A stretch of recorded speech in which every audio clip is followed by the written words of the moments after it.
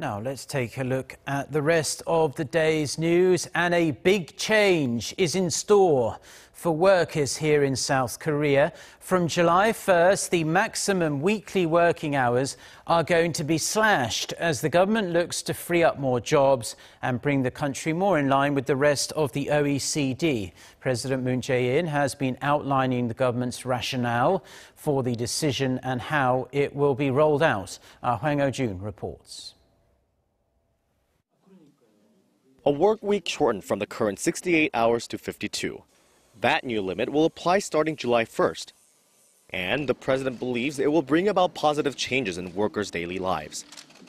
OECD 국가의 연평균 노동시간보다 300시간 이상 더 많이 일해온 우리 노동자들이 장시간 노동과 과로에서 벗어나 가족과 더 많은 시간을 갖고 저녁이 있는 인간다운 삶을 누리는 계기가 될 것입니다.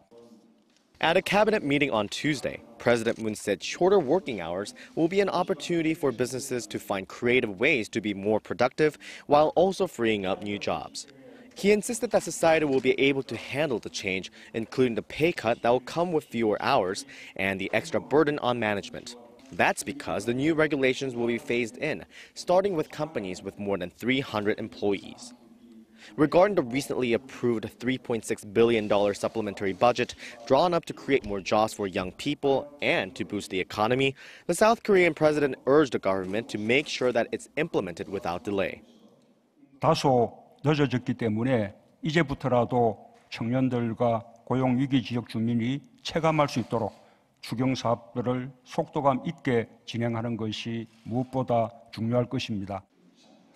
Meanwhile, according to a Blue House press release, President Moon and his cabinet approved a bill passed by the legislature to appoint an independent counsel to investigate the political manipulation of online comments, the scandal named after a power blogger going by the handle Drew King. He allegedly rigged the internet comments to sway public opinion, while ruling party officials, including former lawmaker Kim Young-soo, are said to have covertly endorsed his campaign. Kim has denied the allegations. And the National Assembly passed the act last week. For the past few weeks, President Moon, along with the rest of the world, have been on a diplomatic roller coaster as North Korea and the U.S. go back and forth over their summit plans. But the president's meeting with his cabinet shows the administration is determined not to overlook pressing issues at home. Hwang Hojun, Arirang News.